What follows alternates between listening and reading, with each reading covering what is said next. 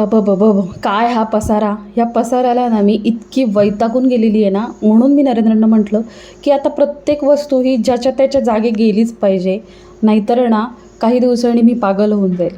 तर आज घेतलेली आहे वॉशिंग मशीन तिच्या जागेवर लावायला. आणि वॉशिंग मशीनचा जसं मी तुम्हाला म्हटलं होते एका ब्लॉगमध्ये की त्याचा पाईपचा जो वरती व्हाईट कलरचा लावायचा थ्रेड असतो तो तुटला होता, तर नवीन आणलेला आहे. आणि आज फायनली वॉशिंग मशीन तिच्या जागेवर जाणार आहे. नमस्कार मैत्रिणींनो, मी सोनाली. आजच्या नवीन ब्लॉगमध्ये स्वागत. तर जसं आज घरामध्ये पसारा झाला आहे, तसंच 10 ते 12 वर्षापूर्वी माझ्या आयुष्यामध्ये पसारा झाला होता. माझ्या आयुष्याचा पसारा झाला होता. मनामध्ये एवढ्या गोष्टी साचून ठेवल्या होत्या, एवढ्या गोष्टी राहिल्या होत्या आणि पश्चाताप करण्याची वेळ आली होती माझ्यावरती. 2 वर्षाचा झाला आणि मी घराबाहेर पडायचा निर्णय घेतला. का घेतला? पहिली गोष्ट, मला असं वाटत होतं की मी माझ्या आयुष्यात काहीच करत नाही आहे, मी टोटली दुसऱ्यांवरती अवलंबून आहे. दुसरी गोष्ट, आपण जेव्हा 4 पैसे कमवायला लागतो तेव्हा घरामध्ये मिळणारा जो मान असतो तो खूप महत्त्वाचा असतो. आणि तो केव्हा मला क्लिक झालं की मी माझ्या एका मैत्रिणीच्या घरी गेले आणि तेव्हा असं समजलं तिथं की ती मुलगी कमावणारी होती. सो तिच्या लेखी घरातल्यांचा बघण्याचा दृष्टिकोन कसा होता आणि जेव्हा आपण काहीच करत नाही तेव्हा आपल्याकडे बघण्याचा घरातल्यांचा दृष्टिकोन कसा असतो, आपल्याशी वागण्याचा घरातल्यांचा दृष्टिकोन कसा असतो, हे मी स्वतः जवळून अनुभवलं होतं. तेव्हा मला पहिल्यांदा क्लिक झालं की मी माझ्या आयुष्यात 4 पैसे का होईना पण कमावले पाहिजेत. त्यानंतर मी मनावरती दगड ठेवून निर्णय घेतला की मला नोकरी करायची. सोपं नव्हतं माझ्यासाठी. एका श्रीरामपूरसारख्या ठिकाणी मी नोकरी करणं. सगळ्यात पहिला डिसिजन मी घरात सांगितला. घरातल्यांचं काही ऑब्जेक्शन नव्हतं. नरेंद्रनं सांगितलं, त्यांचंही काही ऑब्जेक्शन नव्हतं. प्रॉब्लेम एकच होता की ओम तुझ्याशिवाय राहील का. तेव्हा मी ठरवलं त्याला सवय लावली तरच तो माझ्याशिवाय राहील. आणि तेव्हा सासूबाईंनी पण मला सपोर्ट केला. त्या म्हटल्या, तुला घराच्या बाहेर पडायचं आहे, तू नक्कीच पडू शकतील. एका बँकेमध्ये छान अपॉर्च्युनिटी मिळाली मला.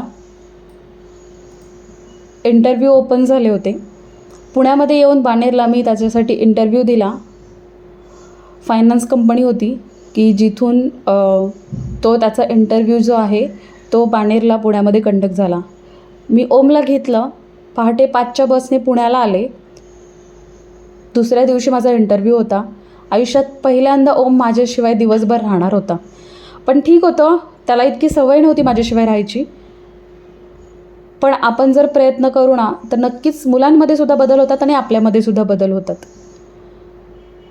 दुसऱ्या दिवशी इंटरव्ह्यू द्यायचा आहे म्हणून आज तयारी सुरू केली. आजच ओमला मम्मीकडे ठेवला आणि पूर्ण दिवसभर मी स्वतःला रूममध्ये लॉक करून घेतलं की जेणेकरून त्याच्यासमोर मी जर आज नाही आले तर उद्या कदाचित तो कमी त्रास देईल. आणि त्याने खरं सांगू का, अक्षरशः आपण म्हणतो ना, जेव्हा आपण एखादी गोष्ट ठरवतो ना तेव्हा सगळ्या बाजूने आपल्याला पॉझिटिव्ह गोष्टी मिळायला सुरुवात होतात. माझ्या बाबतीतही तसंच झालं. मला सगळ्या बाजूने पॉझिटिव्ह रिझल्ट मिळाला, माझ्या सासरच्या घरातून, माझ्या माहेरच्या घरातून. दुसऱ्या दिवशी सकाळी 9 वाजता इंटरव्ह्यूसाठी भावानी मला बाणेरला सोडलं. तो त्याच्या ऑफिसला निघून गेला.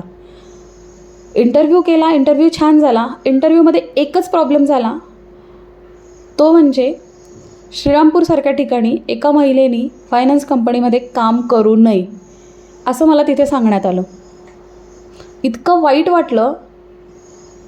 आणि माझ्या जागी दुसऱ्या मुलाला अपॉइंट करण्यात आलं की ज्याने इतका घाणेरडा इंटरव्ह्यू दिला होता, माझ्यासमोरच दिला होता. मी त्या गोष्टीसाठी एलिजिबल असूनसुद्धा त्यांनी फायनान्स कंपनीमध्ये एका मुलीने काम करू नये हे कारण देऊन मला तिथून बाजूला केलं. वाईट वाटलं. घरी आल्यानंतर घरच्यांना सांगितलं. भावाने धीर दिला. भाऊ म्हटला, ठीक आहे, काय हरकत नाही, पहिला इंटरव्ह्यू होता, जरी तू पास झाली तरी त्यांनी वेगळं कारण दिलं, ठीक आहे, कदाचित त्यांना वाटलं असेल की त्या ठिकाणी फायनान्स कंपनीमध्ये मुली काम करू शकत नाहीत. ओके, ॲक्सेप्ट केलं. पण तिथं एक गोष्ट माझ्या बाबतीत पॉझिटिव्ह झाली, ती म्हणजे तिथं एक मला छान मैत्रीण मिळाली की जी श्रीरामपूरवरूनच त्याच बेसच्या इंटरव्ह्यूसाठी आली होती. आम्हाला दोघींनाही रिजेक्ट केलं गेलं एलिजिबिलिटी असूनसुद्धा, म्हणजे आमची पात्रता असूनसुद्धा. तेव्हा आम्ही दोघींनी शिवाजीनगरच्या बसस्टँडला येसपर्यंत आम्ही दोघीजणी सोबत होतो, कारण शिवाजीनगरला आल्यानंतर ती श्रीरामपूरच्या बसने श्रीरामपूरला जाणार होती आणि मी माझ्या मम्मीकडे कात्रजला येणार होते.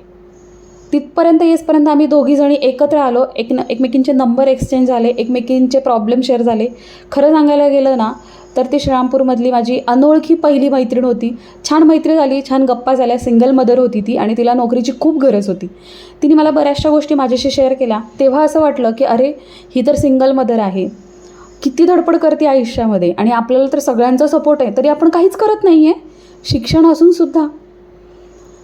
2 दिवस मम्मीकडे राहिले, तिथून पुन्हा श्रीरामपूरला गेले. तिच्याशी नंबर एक्सचेंज झाला होता. तिने मला फोन केला, काय गं, परत कुठे नोकरीसाठी अप्लाय केलं आहेस का? तर मी म्हटलं, नाही गं, मी तेवढंच अप्लाय केलं आणि मी विषय सोडून दिला. ती म्हटली, का विषय सोडून दिलास? चल, अजून एका ठिकाणी मी इंटरव्ह्यू दिलेला आहे, तुला द्यायचा आहे का? इच्छा असेल तर मग मी तुला ॲड्रेस पाठवते. मी म्हटलं, ठीक आहे, ट्राय करायला काय हरकत आहे. पहिला ट्राय बेकार गेला, दुसराही बेकार जाऊ दे, हा विषय मी डोक्यात घेतला आणि इंटरव्ह्यूला तिने सांगितल्याप्रमाणे गेले. आता हा इंटरव्ह्यू कुठे होता? हा इंटरव्ह्यू होता टाटा स्कायची कंपनी होती. टाटा स्काय जे आपण टी व्हीवरती डिश टी व्ही पाहतो, टाटा स्कायचे कॉल सेंटर होतं की ज्यामध्ये जास्तीत जास्त महिलांना अपॉर्च्युनिटी तिथे होती. तिथे गेल्यानंतर इंटरव्ह्यू छान दिला मी. माझं एज्युकेशन, माझं क्वालिफिकेशन, माझे पर्सेंटेज, माझं कम्युनिकेशन स्किल, ह्या सगळ्या गोष्टी बघून त्यांनी मला ऑन द स्पॉट अपॉइंट केलं.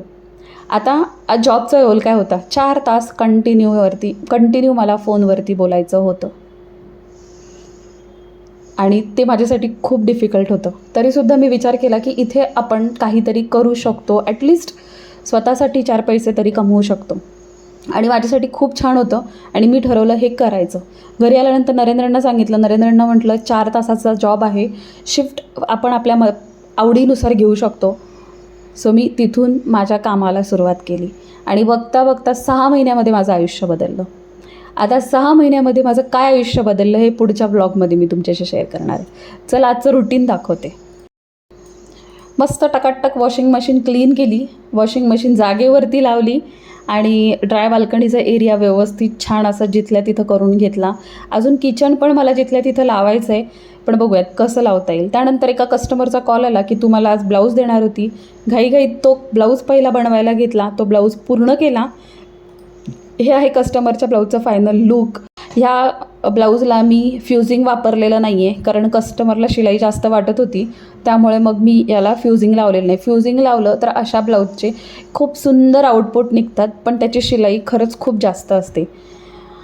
त्यानंतर आज मला किचनमध्ये थोडीशी आवराआवर करायची होती, म्हणून मी आज उशिरा आंघोळ केली. आंघोळ केल्यानंतर जेवणाची इच्छाच राहिली नव्हती, इतके थकून गेले होते, स्वयंपाकही करायची इच्छा नव्हती. पटकन असा मसाले भात लावला आणि जेवण केलं. त्यानंतर दुपारची एक बेसिक बॅच होती की ज्याचा आज शेवटचा दिवस होता, प्रिन्सेस कट ब्लाऊज, आणि हे आहे ब्लाऊजचा फायनल लुक.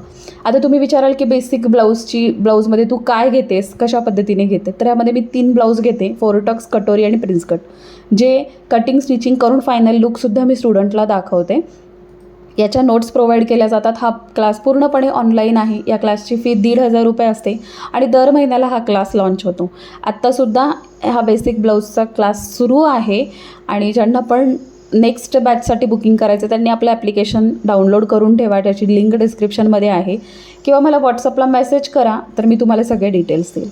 क्लास 6-6:30ला संपला. त्यानंतर मग मी घरातलं थोडंसं आवरलं, भांडे वगैरे होते ते, आणि त्यानंतर आज माझी होती पार्लरची अपॉइंटमेंट. केस बरेच दिवसापासून मी कटिंग केले नव्हते, केसांना स्प्लिट एंड्स आले होते, तर म्हटलं अगदी थोडंसं पॉईंट टू पॉईंट थोडेसे केस हेअर कट करावा. तर फायनल लुक पाहू शकता तुम्ही. मी सकाळी जे डोक्यावरती केस बांधले होते ते किती विचित्र दिसत होते, आणि आज मी हेअर वॉश केला होता. सुंदर असं तिने कटिंग केलेलं आहे, माझी मैत्रीणच आहे उज्ज्वला. आणि फायनली थोडंसं ब्लो ड्राय केलं की जेणेकरून थोडासा केसांना बाउन्स येईल, कारण माझे केस खूप विरळ आहेत आणि थिकनेससुद्धा एका सिंगल केसाचा खूप कमी आहे. तर कटिंग केल्यानंतर थोडं छान वाटलं. तिला तिच्या कामाचं मी छान पोचपावती दिली, बिल पे केलं आणि निघून आलो आम्ही. ओम आणि नरेंद्र मला न्यायला आले होते, तर ओमला डोसा खायचा होता म्हणून मग आम्ही जय हरी भेळमध्ये इथे डोसा खाल्लेला आहे आणि दुपारचा राहिलेला मसाले भात घरी आल्यानंतर सगळ्यांना खायचा आहे. सो असा होता माझा आजचा व्लॉग. कसा वाटला सांगा कमेंट करून. लाईक शेअर करायला विसरू नका. चॅनलवर नवीन असेल तर सबस्क्राईब करा. चला बाय, भेटूया पुढच्या अशा छानशा व्लॉगसोबत.